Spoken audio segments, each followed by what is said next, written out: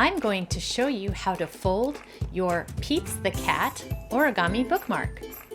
The first step is to grab some safety scissors or ask a grown-up to cut it for you and cut along the red line.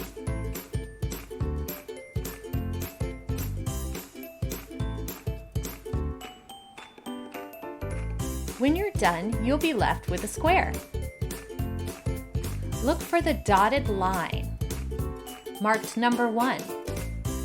Fold the paper here, making sure that the blue stripes are facing up.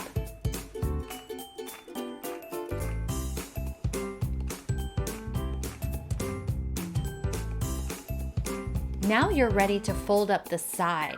Start with the left side and fold up the corner, bringing one red circle and matching it up with the other.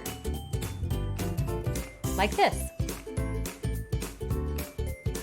Now repeat the same thing on the other side, matching up the green square with the other green square. And now you have a diamond. Now flip over the diamond and you should see Peeps' face upside down. For step 5, you're going to take just the very top layer and fold it down so that it touches the bottom. After you fold it, you're going to bend it back up, but this time tuck it in behind Peeps' nose. Take your time and go slow. Once you've got it tucked in, give it a good press and you can see Peeps' face. You can be done here, or if you want, you can add some ears. To add ears, flip over the bookmark and grab the corner and bend it up like this. You can do the same on the other side.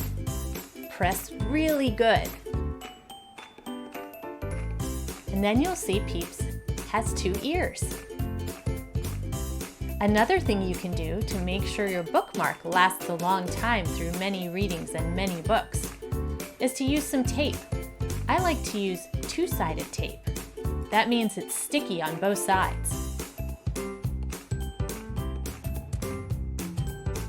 Then I can just put one piece in the back like this, press down my ear flaps,